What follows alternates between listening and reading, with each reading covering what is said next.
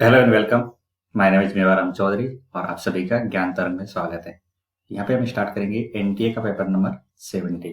जैसा कि आपको पता है कि हम इस सीरीज के अकॉर्डिंग हर पेपर के अंदर आने वाली सुपर 10 to 15 क्वेश्चन कवर करते हैं। तो इसी पैटर्न में आज ये एनटीए का पेपर नंबर 17 है।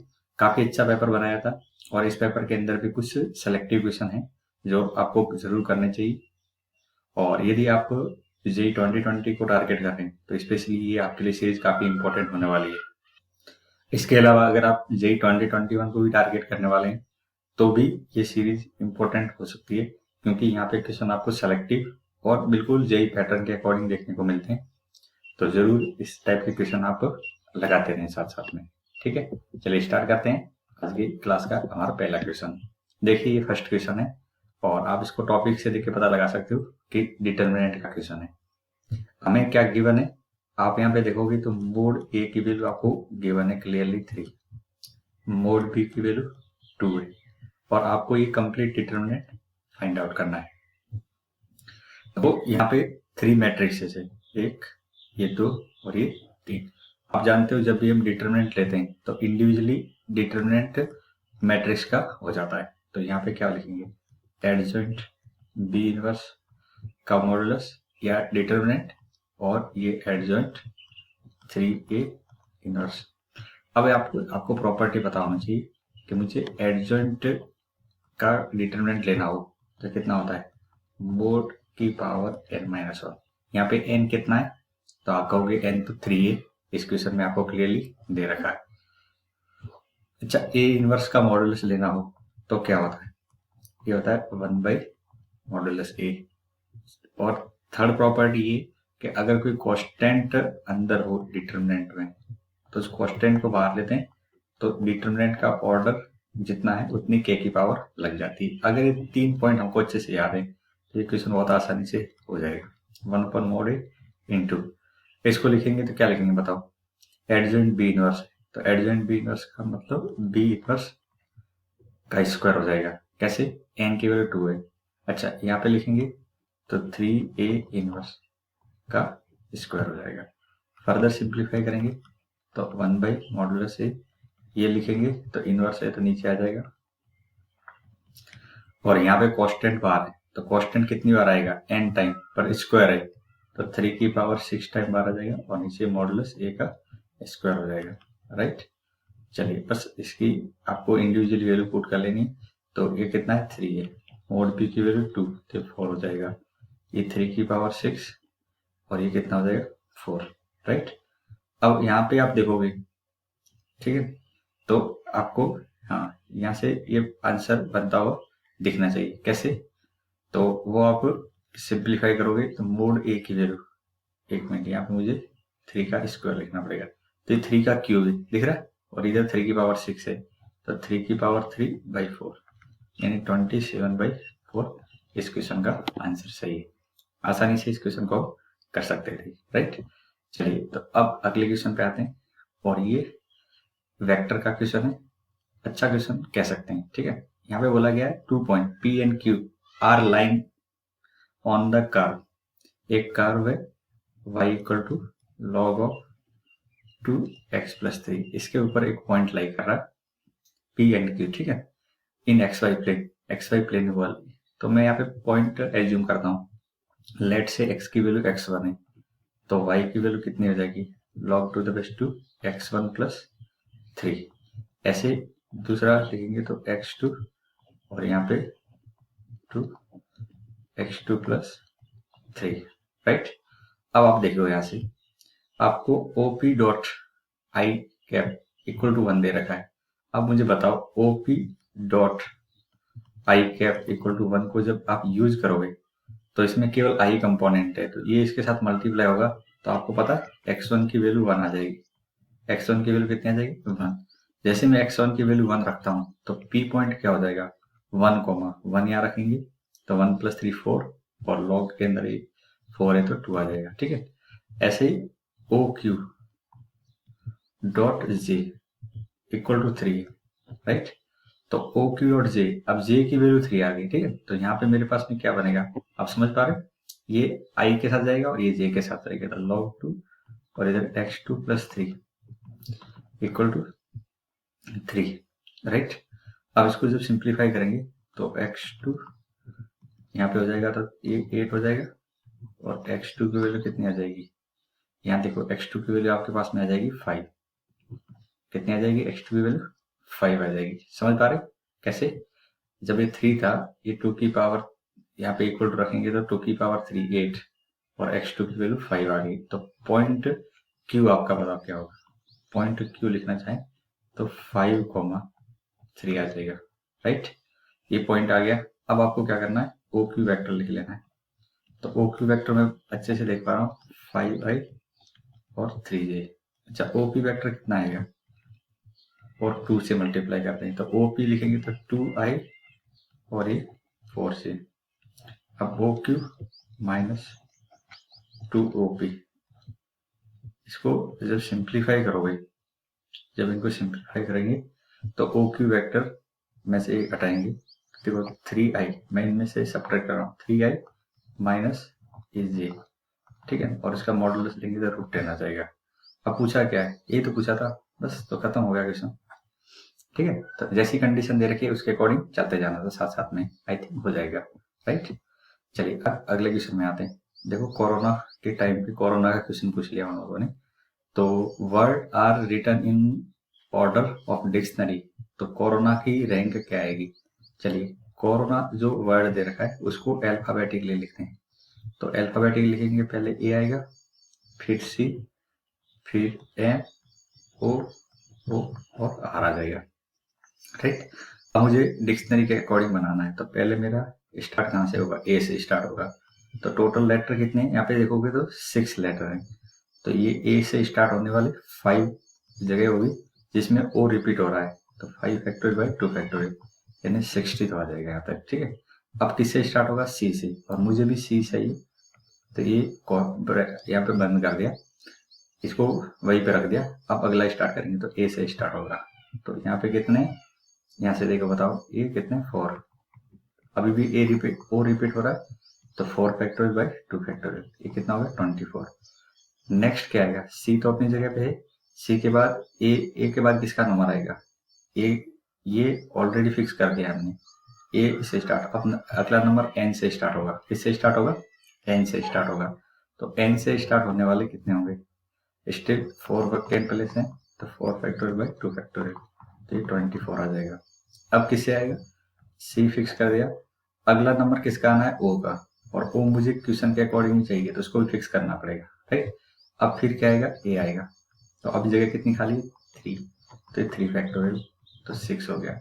अब कौन आएगा, सी ओ फिक्स है, ए के बाद एन आ रहा है, ए के बाद क्या आएगा, एन आएगा, तो एन से स्टार्ट होने वाले भी कितने, 3 फैक्टोरियल ही है, तो ये भी 6 हो जाएगा।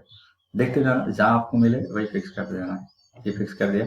एन के बाद क्या आएगा, ओ आएगा, एन के बाद क्या आएगा, ओ, तो ओ को मुझे फिक्स नहीं करना है, तो यहाँ से आपको ये लिखना पड़ेगा। अच्छा, ओ को यानी 2 ओ यहाँ पे लग गई, तो पर पीछे वाले जो लेटर हैं वो कितने हैं, तो 3 फैक्टोरियल है, 6 हो जाएगा। अब देखो ये ओ है, अब अगला नंबर किसका आने वाला, आर का, आर का आएगा, तो आर को भी फिक्स करना पड़ेगा। आर के बाद कौन आएगा बताओ, आर के बाद क्या आएगा, फिर ए आएगा, तो ए तो मुझे चाहिए नहीं, तो यहाँ पे फिर बनाने पड़ेंगे, ठीक है। फिर ये आर, ए के बाद में, ए के बाद क्या आएगा, एन, ठीक है, तो एन से भी 2 फैक्टोरियल बन जाएंगे। अब नेक्स्ट कौन आएगा, नेक्स्ट यहाँ पे लिख रहा हूँ मैं, ओ, फिर आर, फिर कौन आएगा, ओ आएगा, जिसको फिक्स करना पड़ेगा, ठीक है। फिर ए आएगा और एन आएगा, तो ये एक हो जाएगा, और इसको एक बार और अरेंज कर दो, एन आगे ले लो, ए पीछे ले लो, तो एक और बन जाएगा, एक और बन जाएगा। इतने टोटल हो सकते हैं हमारे पास में। क्या समझ में आ गया, रैंकिंग निकालना आपको अच्छे से आता है, तो रैंक क्या हो जाएगी, रैंक देखेंगे तो रैंक कितनी हो जाएगी, इनको ऐड करिए, नीचे से ऐड स्टार्ट करते हैं, 1 और 1 2, 2 4, 2 6, 6 और ये 18, 24, ये 20, 48, 72 और 72 के बाद में इनको जब आप ऐड करोगे, अच्छा थोड़ी सी गलती हमने कर दी, ये कितना होगा, ये आपका 12 है, ठीक है, ये वाली वैल्यू 12 है, तो मैं इधर से लिख देता हूँ 16 और ये 24, कितना होगा 84, 90, 90 और ये 102, 104, 106 और ये 2 और तो 108 आ जाएगी। कितनी आ जाएगी रैंक 108। देखो कोरोना बीमारी है, एम्बुलेंस का नंबर भी होता है 108, तो काफी कुछ मिलता जुलता लग रहा है। ठीक, ओके चलिए अब अगले में बढ़ते हैं। ये वाला क्वेश्चन, इस क्वेश्चन में बहुत सारे बच्चे गलती करते हैं, ऐसा मैंने कई बार फील किया है और देखा भी है कि यहाँ पे क्वेश्चन में गलती हो ही जाती है। चलिए इस क्वेश्चन को सॉल्व करने से पहले कलर चेंज कर लेते हैं। 3 क्वेश्चन हमारे रेड से हो गए। चलिए, तो आप ये तो जानते हो कि कॉट इनवर्स एक्स की जो रेंज होती है वो 0 से पाई होती है, ये दोनों ओपन है। ठीक है, 0 से पाई के बीच में, यानी मुझे कॉट इनवर्स का आउटपुट कभी भी पाई से ज्यादा नहीं मिलेगा और 0 से कम नहीं मिलने वाला, इन्हीं के बीच में कोई ना कोई वैल्यू मिलेगी। तो अब इस बात को ध्यान में रखते हुए इसको सॉल्व करेंगे। तो ये इनइक्वालिटी है और इनइक्वालिटी में क्या करते हैं बच्चों, आप बेसिकली फैक्टराइज करते जाओ। तो 5 cot inverse X minus 2 cot inverse X plus 10 greater than 0, इधर से सॉल्व करेंगे। तो मैं डायरेक्टली लिख रहा हूँ, आप शायद समझ जाओगे। कॉट इनवर्स एक्स माइनस 5 और cot inverse X minus 2 greater than 0। अब मैं आपसे एक बात पूछना चाहता हूँ, जब इसको आप सॉल्व करोगे तो क्या बनाओगे, तो यहाँ पे आप बनाओगे इनइक्वालिटी, पर ऐसे ही ध्यान दो कि ये वाला पार्ट इनइक्वालिटी में शामिल होगा नहीं होगा। तो आप कहोगे सर इसका तो मुश्किल है, होना नहीं चाहिए, क्योंकि कॉट इनवर्स एक्स माइनस 5, अगर इसको मैं रेंज के अकॉर्डिंग देखूं तो -5 तो इसकी रेंज में आता ही नहीं, तो ये क्रिटिकल पॉइंट नहीं देने वाला है। तो बताओ ये वाली वैल्यू ओवरऑल क्या होगी, पॉजिटिव या नेगेटिव। तो देखो कॉट इनवर्स की रेंज 0 से पाई है और 0 से पाई में से 5 आप सब्ट्रैक्ट कर रहे हो, तो ऑब्वियस सी बात है ये नेगेटिव रहने वाला है। अब ये नेगेटिव रहेगा तो इनइक्वालिटी पे कोई फर्क डालेगा क्या, इनइक्वालिटी पे कोई फर्क डालेगा, बिल्कुल फर्क डालेगा। ये इनइक्वालिटी को ऑपोजिट कर लेगा, उल्टा। क्या इतना समझ में आ गया? इतनी बात अगर समझ में आ गई हो तो मैं आगे बढ़ूं और आपको बताऊं। ये नेगेटिव पार्ट है, इसको मैं हटा सकता हूं यहाँ से। क्यों? क्योंकि कॉट इनवर्स एक्स माइनस 5, यानी मैं यहाँ से cot inverse X equal to अगर 5 लिख के कुछ आगे सॉल्व करूं तो ये पॉसिबल नहीं है, ये पॉसिबल नहीं है। अच्छा, अब इसको सॉल्व कैसे करते हैं, इसको लेफ्ट में ले जाएंगे तो 2। अच्छा बताओ, कॉट इनवर्स इंक्रीजिंग की डिक्रीजिंग, तो कॉट इनवर्स डिक्रीजिंग होता है। कॉट इनवर्स क्या होता है, डिक्रीजिंग होता है, ये घटता जाता है। तो डिक्रीजिंग में ये जब इधर लेके जाएंगे तो इनइक्वालिटी फिर से बदल जाएगी, इनइक्वालिटी फिर से बदल जाएगी, राइट। तो कॉट इनवर्स एक्स को जब सॉल्व करोगे लेस देन 2 को, तो एक्स ग्रेटर देन कॉट 2 आ गया। अब बताओ इस वैल्यू को हम क्या बोलेंगे, इसे इनइक्वालिटी का एक्स का वैल्यू बोलेंगे। तो रेंज ऑफ एक्स पूछा था, तो रेंज ऑफ एक्स क्या हो जाएगा, कॉट 2 की वैल्यू से ज्यादा, तो ये वाला ऑप्शन सही हो जाएगा। क्या समझ में आया? यहाँ पे 2 बात ध्यान में रखनी थी, एक तो कॉट इनवर्स एक्स की रेंज, देन कॉट इनवर्स की इनइक्वालिटी को कैसे सिंप्लीफाई करते हैं, क्योंकि आपके पास में डिक्रीजिंग टाइप का है। और डिक्रीजिंग कैसे सॉल्व करते हैं समझ में आ गया? उम्मीद है ये बात आप ध्यान रखोगे हमेशा ही। ओके ठीक है, यहाँ पे आते हैं। आई थिंक ये तो बहुत ही इजी टाइप का क्वेश्चन बन सकता है यदि आपको थोड़ा सा समझ में आ जाता है। इतना सही है, इसे इंटीग्रेशन को सॉल्व करना है। तो सॉल्व करते समय हम क्या करते हैं, हमको साइन एक्स बाई एक्स समझ में नहीं आ रहा है तो उसको टी एज्यूम कर लेते हैं, लेफ्ट। ठीक, अब इसको डिफ्रेंशिएट करेंगे तो X cos X minus sine X, okay, और X square D X equal to कितना हो जाएगा, डी टी हो जाएगा। तो ये पार्ट आपका डी टी हो गया, ठीक है। तो इंटीग्रेशन क्या बन जाएगा, टी की पावर 6 और डी टी, ये आपका इंटीग्रेशन हो गया। जब सॉल्व करोगे तो टी की पावर 7/7 प्लस सी, तो ये साइन एक्स बाई एक्स की पावर 6, ठीक है, और ये नीचे 1/7 तो लग ही जाएगा। तो ये डी ऑप्शन करेक्ट हो जाएगा, गलती मत करना ऐसे क्वेश्चन में, राइट। चलिए यहाँ पे आते हैं, इस क्वेश्चन में देखेंगे तो ये भी इजी टाइप का मान सकते हैं। कैसे, if the difference between number of subset in the set A and B is 120, इन ए एंड बी के सबसेट का डिफरेंस 120 है, तो ए क्रॉस बी में कितने एलिमेंट होंगे। तो मुझे यहाँ पे ए में एलिमेंट एज्यूम करने पड़ेंगे, ये लेट से मैंने ए में एज्यूम कर लिए, और बी में एलिमेंट कितने वो आपके n है। तो सबसेट कितने हो जाएंगे? सबसेट इसमें हो जाएंगे 2 की पावर n और इसमें सबसेट हो जाएंगे 2 की पावर n। अच्छा, इनका डिफरेंस 2 की पावर m माइनस 2 की पावर n का डिफरेंस कितना बोला गया है? 120। अब m और n क्या है बताओ? m और n तो क्या है? ये आपके नेचुरल नंबर होंगे। तो आपको हेड एंड ट्रायल से देखना पड़ेगा कि m की और n की वैल्यू क्या रखूंगी 120 आ जाए। ठीक है, तो यहाँ से m की वैल्यू 7 रखें और n की वैल्यू अगर 3 रखें तो 7 रखने पे 128 हो जाएगा और इधर 8 हो जाएगा। तो 128 माइनस 8 120 होता है।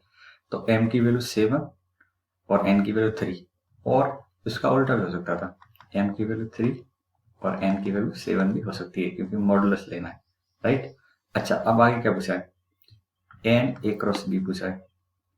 n a क्रॉस b में कितने एलिमेंट होते हैं? वो होते हैं आपके m इंटू n के इक्वल। तो 7 इंटू 3, तो 21 एलिमेंट आ जाएंगे। कितने आ जाएंगे? 21 एलिमेंट आ जाएंगे।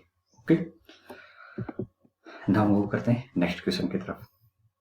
एरिया ऑफ द रीजन, यानी आपको कर्व दे रखे हैं, इस दोनों कर्व के बीच में एरिया फाइंड आउट करना है। तो पहले तो ये आप समझो कि इस बात का क्या मीनिंग है। तो इस बात का मतलब है फर्स्ट क्वाड्रेंट। इसका मतलब कितना है? फर्स्ट क्वाड्रेंट है। अब आपको क्या करना है? इसका फिगर समझना है। तो ये वाला कर्व देखेंगे तो कितना है? Y square equal to 2x है। और इस नीचे वाले कर्व को देखेंगे तो X square plus Y square equal to 4x है। इसको थोड़ा सा रिराइट करते हैं तो X square minus 4x plus 4 और वाई स्क्वायर इक्वल टू 4। तो ये x माइनस 2 का स्क्वायर और वाई स्क्वायर इक्वल टू 4 है। ये तो सर्कल है जिसका सेंटर कितना है? सेंटर आपका 2,0 है और रेडियस कितनी? 2 है। कितनी बात समझ में आ गया? अब मैं डायग्राम दिखाता हूँ।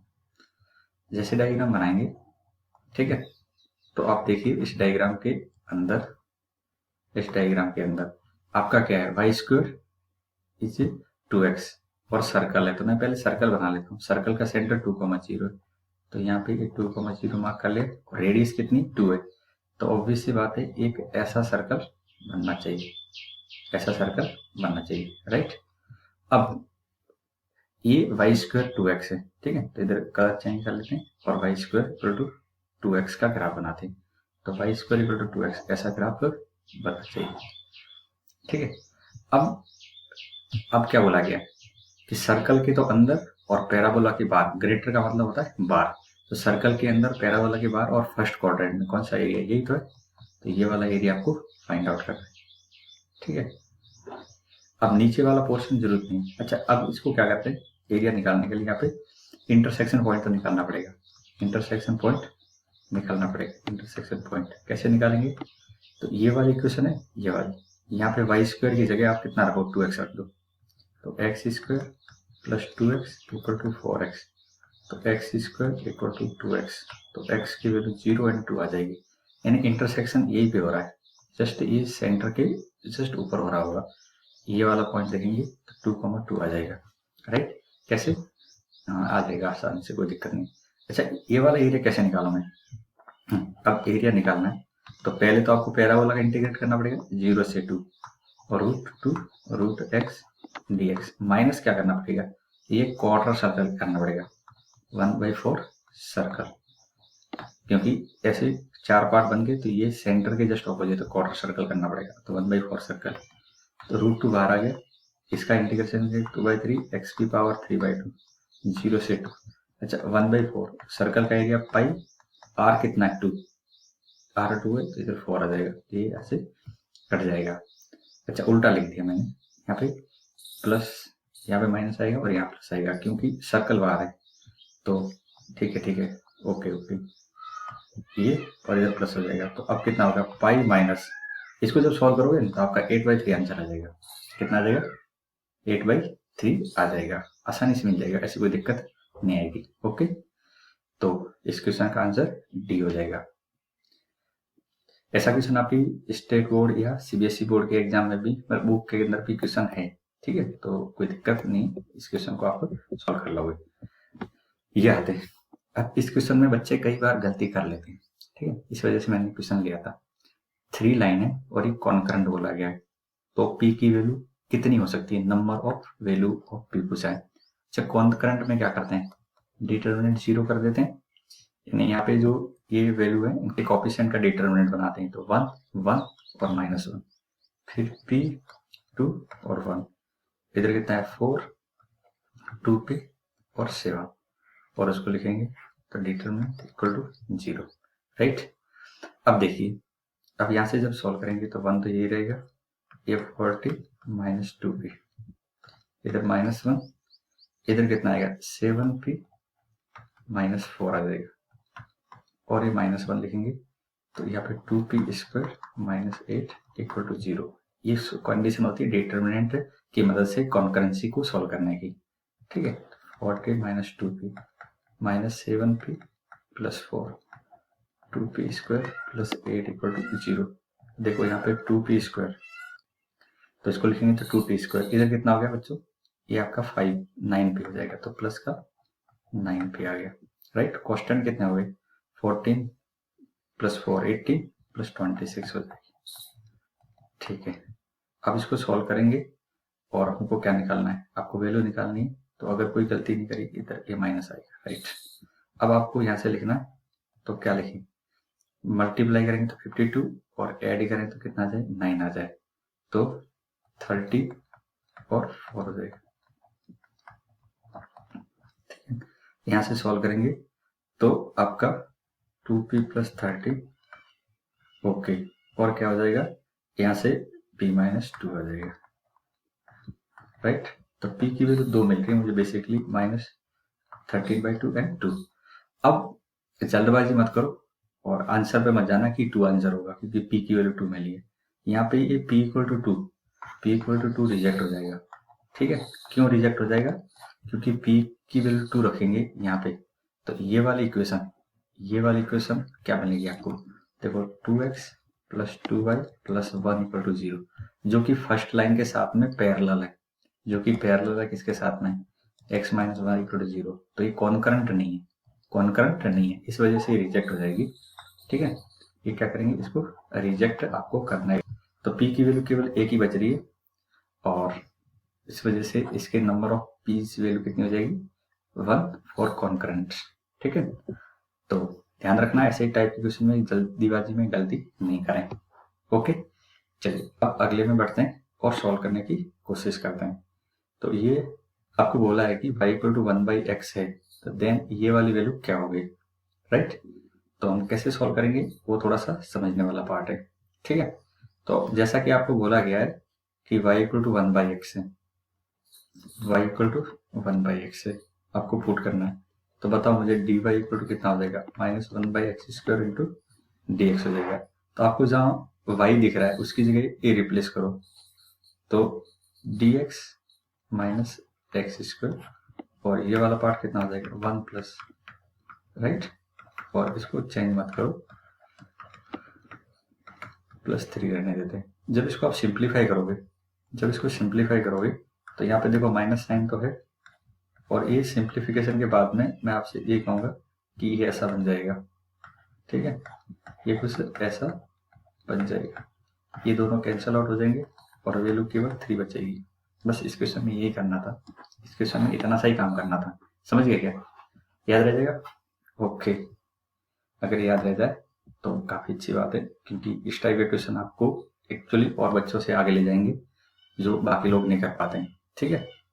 अब देखो इस क्वेश्चन को देखिए, ये ज्योमेट्रिकली अच्छा क्वेश्चन है, क्योंकि यहाँ पे एक सर्कल की बात हुई है, और सर्कल के साथ में आपको एंगल भी निकालना है, उसकी कॉस की वैल्यू निकालनी है। देखो सर्कल जो है उसकी रेडियस कितनी है 3√2 है, तो ऐसा मैंने एक सर्कल बना लिया, राइट। अब इस सर्कल के ऊपर एक पॉइंट है 3,3, तो इधर कोई पॉइंट रहा होगा P 3,3, ये सर्कल के ऊपर आएगा नहीं आएगा, पहले ही तो डिसाइड कर लो, आएगा, ठीक है। अब इस पॉइंट से 2 कॉर्ड खींची जा रही है, एक ये मान लेते हैं, एक ये मान लेते हैं, इसको P बोलते हैं, उधर PR। अच्छा दोनों ही इक्वल हैं, ठीक है, 2 यूनिट की हैं, तो ये दोनों इक्वल है। अच्छा अब मुझे बताओ, अगर ये दोनों इक्वल है और यहाँ से मैं अगर कोई लाइन खींचता हूँ तो वो क्या करेगी, सेंटर से पास होगी और वो एक तरह से बाइसेक्टर हो जाएगी, तो ये दोनों एंगल भी क्या होंगे, बराबर होंगे। ऐसा मैंने क्यों बनाया, समझना कि ये यहाँ से मिलाएंगे तो बाइसेक्टर भी होगी। इतना समझ में आ गया आपको? ओके, अब आपको क्या चाहिए, अब आपको क्या चाहिए क्वेश्चन के अकॉर्डिंग। देखो cos of Q P R चाहिए, तो cos of angle Q P R की वैल्यू चाहिए, जो कि कितनी होगी, कॉस 2 थीटा की वैल्यू होगी। तो कॉस 2 थीटा चाहिए। अच्छा, कॉस 2 थीटा को तो अगर मैं थोड़ा सा और फर्दर सिंप्लीफाई करके देखूँ तो 2 कॉस स्क्वायर थीटा माइनस 1 भी होता है। तो मुझे कॉस थीटा अगर मिल जाए कहीं से तो मेरा आंसर आ सकता है। अब कॉस थीटा कैसे निकालेंगे ये सोचना है आपको। तो बहुत आसान तरीके से निकाल सकते हैं। ये 2 है, अच्छा ये क्या है आपकी रेडियस है, और इसको यहाँ से मिलाएंगे तो ये भी रेडियस है, ठीक है। ये कितना है 3√2, और ये भी कितना है 3√2। अब बताओ मुझे, आपको एक ट्रायंगल दिख रहा होगा, इन ट्रायंगल POR। अब बताओ cos थीटा कितना होगा इससे। तो आपको कोसाइन रूल पता ही है, cos थीटा की वैल्यू निकालनी है तो आसपास की साइड का स्क्वायर करके ऐड करना होता है। 3√2 प्लस 2 का स्क्वायर माइनस ऑपोजिट साइड, 3√2 का स्क्वायर अपॉन 2 टाइम जो साइड होती है उनका प्रोडक्ट, 3√2 इंटू 2, ये यहाँ से कट जाएगा और ये दोनों इसको काट देंगे। तो बेसिकली cos थीटा कितना मिल गया आपको पास में, 1/3√2 आ गया क्या। अब मुझे ये फॉर्मूले को यूज करना है, ठीक है। तो cos 2 थीटा या cos क्यू पी आर, ठीक है। तो इसकी जगह लिखेंगे तो 2 और इसका स्क्वायर करेंगे तो कितना होगा स्क्वायर, 80 माइनस 1, ये हो जाएगा 1/9, तो माइनस का 8/9 आंसर आ जाएगा। समझ में आया कि नहीं आया, माइनस का 8/9 इसका आंसर आ जाएगा। परफेक्ट। हाँ चलिए अब यहाँ पे आते हैं। ये वाला क्वेश्चन थोड़ा सा लॉजिकली अच्छा क्वेश्चन है, ठीक है। इस क्वेश्चन को अगर आप समझने की कोशिश करोगे तो आपको काफी अच्छे से ये क्वेश्चन का लॉजिक भी समझ में आ जाएगा।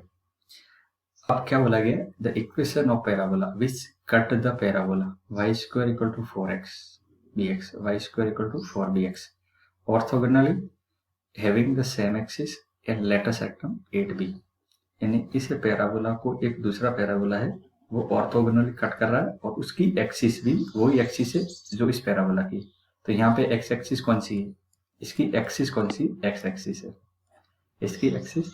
अच्छा ये आप देखोगे तो ऐसे जा भी रहा है। ऑर्थोगोनली का मतलब क्या होता है पहले तो ये समझ लो।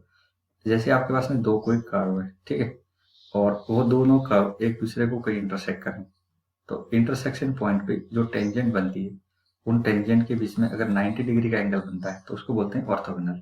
दो कर्व के इंटरसेक्शन पॉइंट पे ड्रॉ की गई टेंजेंट के बीच में एंगल 90 का हो तो उसको क्या बोलते हैं, आप ऑर्थोगोनली बोलते हो, ठीक है। अच्छा अगर मैं इसकी टेंजेंट को m1 और इसकी टेंजेंट के स्लोप को m1 m2 बोलूं तो m1 m2 इक्वल टू -1 ये सेटिस्फाई हमेशा होता है। m1 m2 इक्वल टू -1 ये हमेशा सेटिस्फाई होता है, राइट। तो ये पॉइंट अगर आप ध्यान रखेंगे तो इस क्वेश्चन को सॉल्व कर सकते हैं। तो बेसिकली क्या करना है, आपको उस पैराबोला को बताना है ऑप्शन में से कि वो कौन सा पैराबोला जो गिवन पैराबोला को ऑर्थोगोनली कट कर रहा है। अच्छा मैं अगर ऑप्शन देखूं तो काफी कुछ मुझे हिंट मिल रहा है कि सबके अंदर y स्क्वायर माइनस 8bx यानी नेगेटिव एक्स एक्स में ओपन होने वाला पैराबोला मिल रहा है और उसका वर्टेक्स आपको सबका कुछ न कुछ नजर आ रहा होगा। तो इतनी सी बात तो क्लियर है कि दूसरा वाला जो पैराबोला बनेगा वो कुछ इस साइड में बनना चाहिए, ऐसे बनना चाहिए, राइट। ऑप्शन का सहारा ले रहा हूँ। अच्छा अब यहाँ पे ये इंटरसेक्ट कर रहे हैं तो इधर टेंजेंट ड्रॉ करेंगे और एक टेंजेंट इधर ड्रॉ करेंगे। अच्छा ये एंगल क्या होना चाहिए, 90 डिग्री का होना चाहिए। अब ध्यान से समझना, बहुत ही इंपॉर्टेंट पॉइंट पे अब डिस्कशन चल रहा है, ठीक है, जो कि अगर आपको ये समझ में आ गया तो मैं आपको बाकी की चीज बहुत आसानी से समझा दूंगा, ठीक है। तो एक तो मैंने ऑप्शन का सहारा लिया यहाँ पे, तो आपको ये पॉइंट अब यहाँ से एक पता होना चाहिए, ये पॉइंट पता होना चाहिए जो मैं अभी यहाँ पे बनाने वाला हूँ, ठीक है। अगर ये टेंजेंट है और ये नॉर्मल है और टेंजेंट है तो ये चीज हमेशा ध्यान रखना, ये जो इसका बाइसेक्टर होता है वो फोकस से पास होता है। ये बाइसेक्टर कहाँ से पास होता है, एंगल बाइसेक्टर, टेंजेंट और इसका एंगल है, तो ये हमेशा कहाँ से पास होगा, फोकस से पास होगा। ये फोकस होता है, कितने को पता है, ये कितने को पता है, फोकस होता है, राइट। अगर ये बात आपको ध्यान है ज्योमेट्रिकली प्रूव भी कर सकते हैं, इसमें कोई बड़ी बात नहीं है, बहुत आसानी से हम इस चीज को ज्योमेट्री से प्रूव कर सकते हैं, बिल्कुल दिक्कत नहीं आएगी। आप टेंजेंट की इक्वेशन लिखना, नॉर्मल की, ये पॉइंट आपको पता है, ये a² 280 स्टैंडर्ड की बात करते हैं, ये a,0, तो आप अगर ये वाली वैल्यू निकालने की कोशिश करोगे तो बहुत आसानी से आपको मिल जाएगी। अब मैं यहाँ पे क्या बोलना चाहता हूँ, यहाँ पे ये बोलना चाहूंगा कि अगर मैं ये वाले को यहाँ से मिला देता हूँ तो ये पॉइंट क्या आएगा, अगर इन दोनों का बाइसेक्टर की बात करें, किसका टेंजेंट और नॉर्मल जहाँ कट कर रही है, तो इधर इसको मिलाएंगे तो ये फोकस से पास होगा। कहाँ से पास होगा? फोकस से। अच्छा, ये दोनों के लिए होगी नहीं होगी, तो मैं यहाँ से इतनी बात बहुत आसानी से बोल सकता हूँ कि मेरा जो एक्स एक्सिस पॉजिटिव में ओपन हो रहा है पैराबोला, उसका जो फोकस होगा वही नेगेटिव एक्स एक्सिस में ओपन होने वाले पैराबोला का फोकस होगा। यानी ये दोनों पैराबोला क्या होंगे? कोफोकल होते हैं, कॉनफोकल होते हैं। ठीक है, कॉनफोकल का मतलब फोकस कोइंसाइड करेंगे, फोकस कोइंसाइड करेंगे। ठीक है, दोनों पैराबोला की फोकस क्या करेंगे? कोइंसाइड करेंगे। तो आपको क्या करना है, पहले वाले पैराबोला का फोकस आपको पता है, पहले वाले पैराबोला का कितना है, P1 का फोकस कितना है आपको पता है, ये b,0 है। कितना है? b,0। तो आप सेकंड पैराबोला का भी फोकस निकालो और जिसका b,0 आ जाए वो आंसर है। सेकंड पैराबोला का भी फोकस निकालो और जिसका b,0 आ जाए वो आंसर है। तो बताओ, मैं फोकस निकालने की कोशिश करूंगा तो आपको ऑप्शन चेक करने पड़ेंगे, कौन सा ऑप्शन है। सारे ऑप्शन में फोकस, ठीक है, तो 1 बाई 1 इसके फोकस के कोऑर्डिनेट लिखेंगे और आप जब ऑप्शन चेक करोगे, if you go with option, तो आप ऑप्शन से ये पता लगा लोगे कि इसमें केवल और केवल एक ही ऑप्शन सेटिस्फाई कर रहा है और वो कौन सा ऑप्शन है, वो डी ऑप्शन है। ठीक है, ऑप्शन सेटिस्फाई करके हम निकाल सकते हैं। ठीक है, फोकस निकालना कोई बड़ी बात नहीं है, बहुत आसानी से निकाल सकते हैं। कैसे निकालेंगे? देखो, अगर मुझे यहाँ इसका फोकस निकालना है तो आप क्या करते हो, x-32b इक्वल टू a, पर यहाँ पे a की जगह -2b। ठीक है, तो a की जगह फोकस, ठीक है, तो ये x इक्वल टू 30 हो जाएगा, जो कि काम का नहीं है। इधर से फोकस निकालेंगे, कितना आएगा, x-4b equal to -2b, right. तो a x equal to 2b आ जाएगा, जो कि काम का नहीं। ये भी रिजेक्ट, ये भी रिजेक्ट। यहाँ से देखो, यहाँ से निकालेंगे कितना आएगा, x-8b is equal to -2b, तो x इक्वल टू कितना आएगा, 6b। ये भी करेक्ट नहीं है। इधर आ जाओ, इधर से देखेंगे तो कितना होगा, x-3b equal to -2b, x equal to b आ रहा है। तो केवल इसी ऑप्शन के अंदर ही सेटिस्फाई हो रहा है। तो आई थिंक मैंने पॉइंट क्लियर कर दिया होगा कि इसमें ऑर्थोगोनल की कंडीशन कैसे आपको यूज करनी है। ठीक है, ये दोनों 90 डिग्री पे जा रहे हैं। ठीक है, राइट। अब यहाँ पे आते हैं, image of the point, image of the point P in the plane, a plane के अंदर इस पॉइंट का image measured parallel to this line is Q। अच्छा, इमेज निकालने का दो तरीका होता है। एक तो आप जनरली कोई अगर कंडीशन नहीं होती है तो डायरेक्टली 90 डिग्री पे उसका इमेज देख लेते हैं। अगर ये ऊपर है तो इसको यहाँ से मिलाते हैं और फिर नीचे बना लेते हैं। बट यहाँ पे किसी के पैरेलल बोला है तो इसी जगह पे क्या फर्क पड़ता है, तो वो ऐसा है कि लेट से ये P पॉइंट है जिसके कोऑर्डिनेट 1, -2 और 3 है। अब आपको क्या करना है, इस पॉइंट की इमेज लेनी है। तो देखो, कई सारी इमेज हो सकती है, एक ये भी हो सकती है, इसके नीचे देखें, एक ऐसे हो सकती है और यहाँ पे इमेज बन जाए। बस डायरेक्शन डिपेंड करेगी। अगर ऐसे देखेंगे तो ये इमेज यहाँ बनेगी, तो बहुत सारी इमेज बन सकती है। मुझे इस लाइन के पैरेलल जाना है, इस लाइन के पैरेलल मेजर करना है मेरी डायरेक्शन इस पॉइंट का इमेज देखने के लिए। अच्छा, इस लाइन को थोड़ा सा अगर मैं पलट के लिखूं तो 20 से डिवाइड करो। ठीक है, 20 से डिवाइड करेंगे तो मुझे ऐसी लाइन मिलेगी। तो इस लाइन की डायरेक्शन रेशियो कितना है, 1:4:5। यानी यहाँ पे एक कोई लाइन जा रही होगी जिसके डायरेक्शन रेशियो क्या है, 1, 4 और 5 है। तो इसी लाइन के पैरेलल और यहाँ से मुझे बढ़ना है। तो देखिए, अगर मैं यहाँ से देखूं तो ये फुट ऑफ परपेंडिकुलर हो जाएगा। ठीक है, इस लाइन के अकॉर्डिंग, ठीक है, फुट, और यहाँ पे इमेज बनेगी। तो इस पॉइंट को क्यों बोल रहे हैं, बिल्कुल इसी के पैरेलल। ये जो लाइन जा रही है ये लाइन के पैरेलल। आप अगर मेरी बात समझ पाए हो तो मैंने यहाँ पे कुछ डायग्रामेटिकली आपको समझाने की कोशिश की है। ठीक, ये दोनों पैरेलल है। अब कैसे सॉल्व करेंगे, तो बच्चों बहुत ही सीधा सा तरीका है। पहले मुझे इस लाइन का इक्वेशन लिखना पड़ेगा। तो x-1 और डायरेक्शन 1 है, y+2 डायरेक्शन 4 है और z-3 और डायरेक्शन कितनी है, 5। इसको लैम्डा लिखो और ये वाला पॉइंट मैं आर दे देता हूँ, तो आर पॉइंट के कोऑर्डिनेट बताओ मुझे। तो सब बच्चों को दिक्कत नहीं आएगी। कितना आएगा? हाँ, ये पॉइंट आ जाएगा लैम्डा प्लस 1, 4 लैम्डा माइनस 2 और 5 लैम्डा प्लस 3। ये पॉइंट आ जाएगा आर पॉइंट। अच्छा, ये आर पॉइंट किस में लाई कर रहा है? वो प्लेन में। आर पॉइंट किस में? प्लेन में। तो आर पॉइंट को जब मैं प्लेन में रखूंगा, आर को किस में रखेंगे? प्लेन में पुट करेंगे। तो कितना आएगा? 2 और ये एक्स की वैल्यू लैम्डा प्लस 1, 3, वाई की वैल्यू 4 लैम्डा माइनस 3 माइनस 4 और जेड की वैल्यू कितनी है? 5 lambda plus 3 plus 22 equal to 0।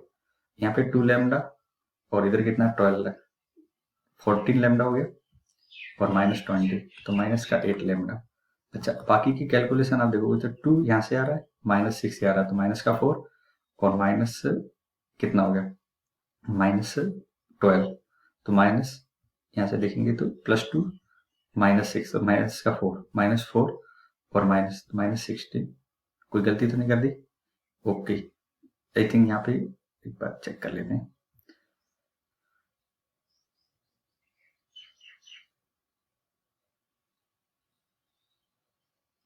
Point की वैल्यू क्या थी?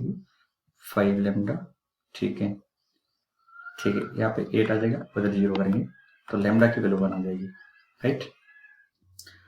एक मिनट, ओके ओके, मैं करेक्ट कर लेता हूँ। ये 6 लैम्डा आएगा, देख लो, चेक कर लो, और ये 6 आ जाएगा तो लैम्डा 1 आ जाएगा। ठीक है, ये 6 लैम्डा। अच्छा, अब बताओ ये आपका पॉइंट कितना हो जाएगा? आर। आर जब पॉइंट लिखेंगे तो 2 कितना हो गया? 2 कॉमा ये भी 2 हो जाएगा और इधर कितना आ जाएगा? 8, राइट? 2,2,8 आ गया। ये पॉइंट के कोऑर्डिनेट मिल गए। अच्छा, मुझे क्या चाहिए? पी क्यू की लेंथ चाहिए। पी क्यू की लेंथ चाहिए, यहाँ से लेके यहाँ तक की लेंथ का इसको चाहिए। तो अब मुझे बताओ पी क्यू की जो लेंथ होगी वो क्या होगी? 2 टाइम पी आर की लेंथ होगी, नहीं होगी? होगी। तो आप क्या करो, पी आर की लेंथ निकाल दो और उसको डबल कर लेना। तो पी पॉइंट दिख रहा है और आर पॉइंट दिख रहा है, इनकी लेंथ निकालेंगे तो कितनी हो जाएगी? 2 माइनस 1 1 और ये 4 तो 60, 8 माइनस 3 तो 5, ये 25 तो कितना आ जाएगा? 242। अच्छा, मुझे स्क्वायर करना था तो स्क्वायर करेंगे तो 4 इंटू 42 तो 168 आ जाएगा। ठीक है, 168 इस क्वेश्चन का करेक्ट आंसर है।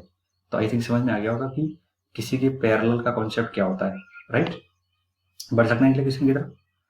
ठीक है, अब नेक्स्ट क्वेश्चन आपके सामने ये आ गया। ये देखो, ये ट्रिग्नोमेट्री के रिलेटेड है और मैं कहूँगा ये बहुत अच्छा क्वेश्चन है। ठीक है, तो इस क्वेश्चन को कैसे सोल्व करेंगे ये थोड़ा सा आपको दिमाग लगाना पड़ेगा। तो यहाँ पे देखेंगे तो 10-20 डिग्री दिख रहा है। अब आप 10-20 डिग्री और पावर देखेंगे तो 6, 4 और 1। तो कुछ यहाँ पे स्टैंडर्ड रिजल्ट की हेल्प लेनी पड़ेगी। तो 20 है, तो एक काम करो, आप 1060 की वैल्यू को क्या लिख सकते हैं? तो आप कहोगे सर मैं ऐसे लिख सकता हूँ 3 इंटू 20 डिग्री।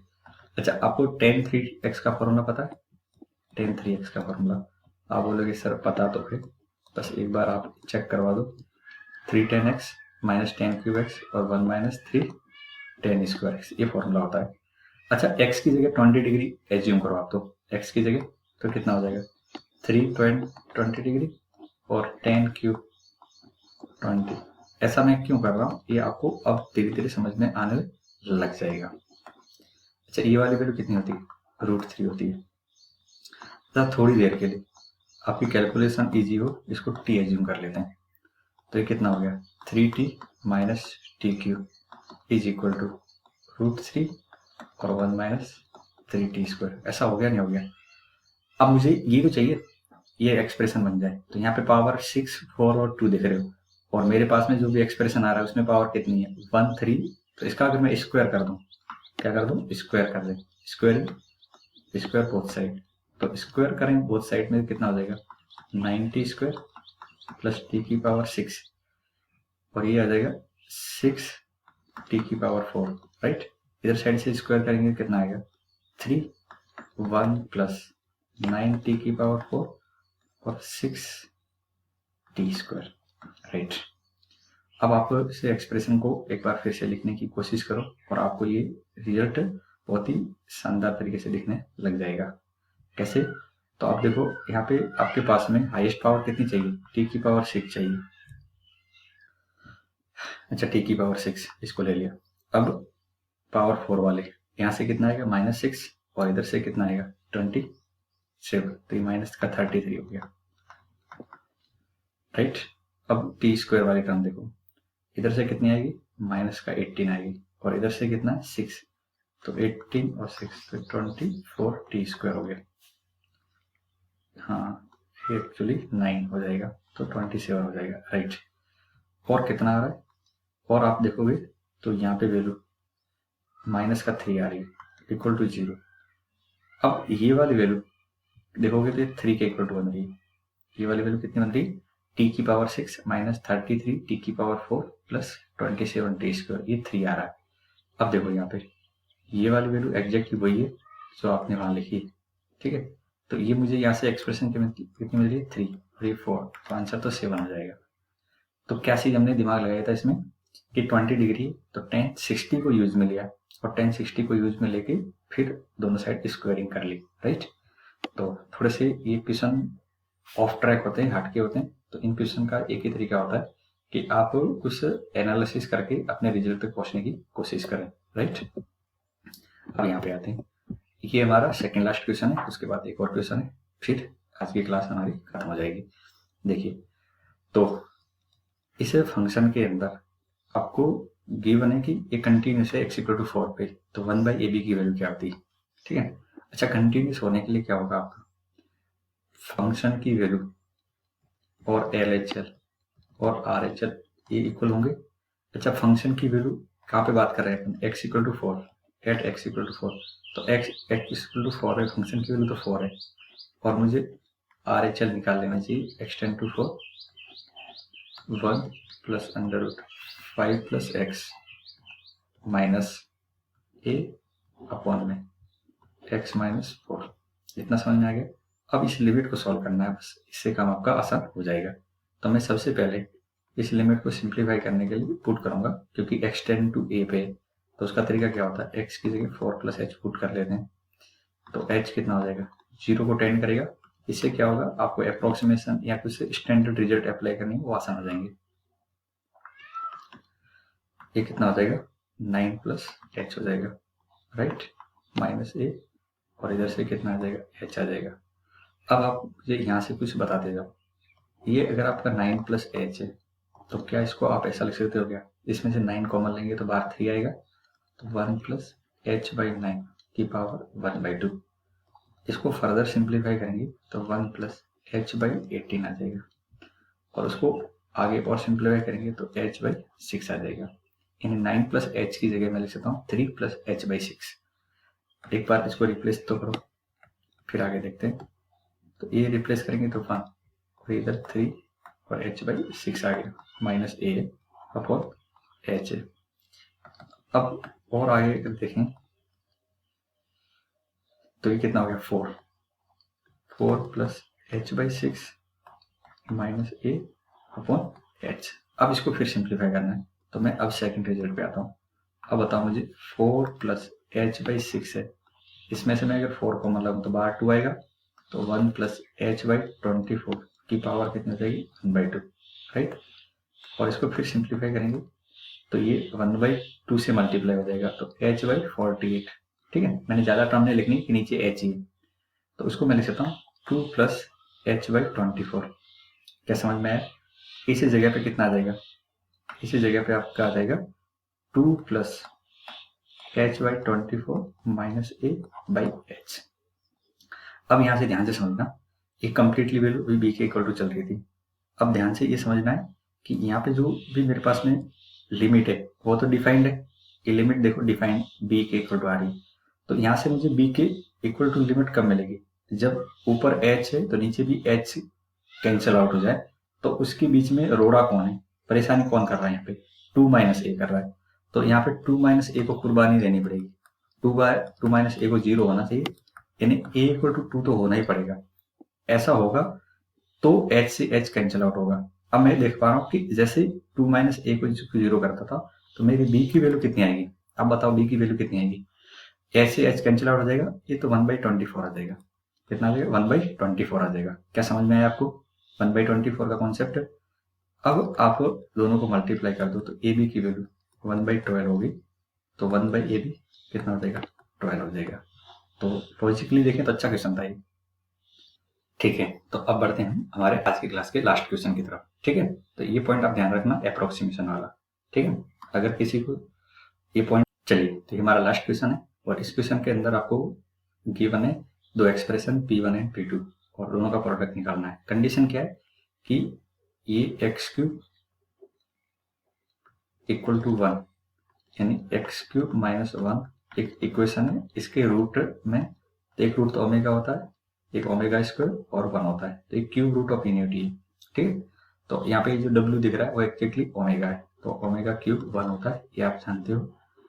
चलिए अब मैं P1 का एक्सप्रेशन देखूंगा।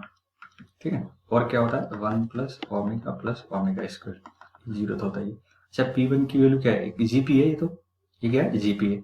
तो जीपी का समेशन क्या होता है? इनफाइनाइट तक जीपी जाती है, तो A/1 - R होता है। तो यहाँ पे A की वैल्यू 1 है और R की वैल्यू कितनी है? -ओमेगा/2 है। ठीक है, तो इसको जब सिंप्लीफाई करेंगे तो 2 ऊपर जाएगा और नीचे से आ जाएगा 2 + ओमेगा। अब देखो इसको मुझे सिंप्लीफाई करना है। अच्छा P2 क्या है मेरे पास में? P2 आप देखोगे तो यहाँ से P2 की वैल्यू है 1 - ओमेगा²/2। बहुत सारे तरीके से इस क्वेश्चन को सॉल्व कर सकते हैं। ठीक है, आपको सिंपली मल्टीप्लाई तो करना है, तो P1 P2 की मल्टीप्लाई करेंगे तो 1 - ओमेगा² और 2 + ओमेगा, राइट। अच्छा इसको कैसे सिंप्लीफाई करें? तो मैं नीचे वाले को अगर एक बार कन्वर्ट करने की कोशिश करूंगा तो 1 + 1 ओमेगा लिख सकता हूँ क्या? आप कोई सर लिख सकते हो, कोई दिक्कत नहीं। अच्छा ये पीछे वाला पार्ट 1 + ओमेगा कितना होगा? माइनस का ओमेगा² हो जाएगा, माइनस का ओमेगा², ये दोनों कैंसिल आउट हो गए और 1 आंसर आ जाएगा। ठीक है, तो इस क्वेश्चन का बेसिकली आंसर क्या है? इस क्वेश्चन का बेसिकली आंसर 1 है, राइट। तो ये इस पेपर के अंदर इंपॉर्टेंट क्वेश्चन थे। आई थिंक हमने टोटल 13 या 14 क्वेश्चन यहाँ पे कवर किए, राइट। तो एक बार देख लेते हैं। ये वाला क्वेश्चन अच्छा था, जिसके अंदर आपको थोड़ी सी कैलकुलेशन के साथ साथ में लॉजिक अप्लाई करना था, और ये तो प्योर लॉजिकल क्वेश्चन था। ठीक है, तो जरूर ये दो क्वेश्चन के अलावा, ठीक है, ये क्वेश्चन का आपको कहीं न कहीं प्रीवियस PYQ में ऐसे क्वेश्चन देखने को मिल जाते हैं। हाँ, ये प्योर नॉलेज बेस्ड क्वेश्चन था कि आपके अगर ऑर्थोगोनली कट कर रहे हैं, ठीक है, तो ऑर्थोगोनली कट करने का मतलब जो टेंजेंट और नॉर्मल है उनका बाइसेक्टर होगा, वो फोकस से पास करेगा। ठीक है, तो दोनों पैराबोला ऑर्थोगोनली कट करें तो आप आज से ध्यान रखो कि दोनों के फोकस अगर एक्सिस सेम हो, ध्यान रखना इस बात को पहले, अगर दो पैराबोला ऑर्थोगोनली इंटरसेक्ट करें और दोनों की एक्सिस कॉमन है तो उस केस में दोनों की फोकस भी सेम होंगे। एक्सिस कॉमन है तो फोकस को सेम होना ही पड़ेगा, तब जाके वो ऑर्थोगोनली कट कर पाएंगे। ठीक है, तो ये पॉइंट हमने इस क्वेश्चन में समझा था। ये आपका ज्योमेट्री बेस्ड क्वेश्चन था, तो ठीक है, ये हो जाता है कई बच्चों से। ठीक है, चलिए इस क्वेश्चन के अंदर क्या ध्यान रखना है कि P की वैल्यू जितनी निकलती है उनको क्रॉस वेरीफाई करना जरूरी है, अदरवाइज आपसे गलती हो सकती है आंसर मार्क करने में। ये तो कैलकुलेशन थी, ठीक, ओके, ये भी इजी था। ये वाला क्वेश्चन, इसमें कॉट इनवर्स का रेंज का कॉन्सेप्ट रहता है। ठीक है, कॉट इनवर्स की रेंज, ऐसे टेन इनवर्स का क्वेश्चन आएगा तो उसमें भी रेंज का कॉन्सेप्ट ध्यान रखना। अगर रेंज से बाहर कोई क्रिटिकल पॉइंट जा रहा है तो उसको वहां से हटाना है, बट ध्यान रखना है कि पॉजिटिव वैल्यू बन के जा रहा है वो या नेगेटिव। जैसे कि यहाँ पे ये नेगेटिव है इसलिए इनइक्वालिटी चेंज करेंगे, और डिक्रीजिंग फंक्शन में भी क्या होती है? इनइक्वालिटी चेंज हो जाती है। ध्यान रखना, डिक्रीजिंग फंक्शन में भी इनइक्वालिटी चेंज हो जाती है। तो ये दो पॉइंट आप अच्छे से माइंड में रखें, राइट। बाकी तो ठीक है, बाकी क्वेश्चन आसान मैं कहूँगा, आप ऐसे क्वेश्चन कर सकते हो। तो फाइनली अगर आपको अच्छा लगे तो जरूर इस वीडियो को लाइक करना, अपने फ्रेंड के बीच में जिसको जरूरत हो उसको तो एक बार रिकमेंड जरूर कर लेना। थैंक यू आपके सपोर्ट के लिए। हम फिर मिलेंगे नेक्स्ट पेपर में, तब तक के लिए अपना ध्यान रखें, अच्छा पढ़ते रहिए। Bye bye, take care.